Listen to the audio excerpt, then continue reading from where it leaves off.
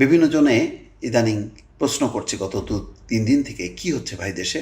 স্পর্শকাতর বিষয়, যেহেতু তথ্য প্রমাণ নেই সুতরাং আমি বলছি না, কিন্তু আপনারা সবাই জানেন যে কোথায় যেন কি হচ্ছে, কার সাথে কার বিরোধ, কে কি করতে চাচ্ছে, কে কি বলতে চাচ্ছে, একটা চাপা গুঞ্জন গত 2-3 দিন থেকে বাতাসে ভেসে বেড়াচ্ছে। যারা দেশের বাইরে আছেন তারা বেশ সানন্দে বলতে পারছেন, কিন্তু দেশের ভেতরে আমরা যারা থাকি তারা কিন্তু বলতে পারছি না। কিন্তু ব্যক্তিগত টেলিফোন, মেসেঞ্জার, হোয়াটসঅ্যাপ এগুলো তো আর বন্ধ রাখা যায় না, ফলে বিভিন্ন জনে জানতে চায়। তো এইরকম যখন নাকি বিভিন্ন জনে জানতে চাচ্ছে, নানা রকম গুঞ্জন, ঠিক সেই সময় দেশের আইন শৃঙ্খলা নিয়ে উচ্চ পর্যায়ের বৈঠক প্রধান উপদেষ্টার। ফলে এই যে গত কয়েকদিন থেকে নানা রকম যে কথাবার্তা হচ্ছে তার সাথে কিন্তু এটার একটা সম্পর্ক আছে। দর্শক, প্রেস উইং জানিয়েছে উচ্চ পর্যায়ের এই বৈঠকে স্বরাষ্ট্র উপদেষ্টা লেফটেন্যান্ট জেনারেল অবসরপ্রাপ্ত জাহাঙ্গীর আলম চৌধুরী, পররাষ্ট্র উপদেষ্টা মোহাম্মদ তৌহিদ হোসেন এবং জাতীয় নিরাপত্তা উপদেষ্টা ডক্টর খলিলুর রহমান উপস্থিত ছিলেন।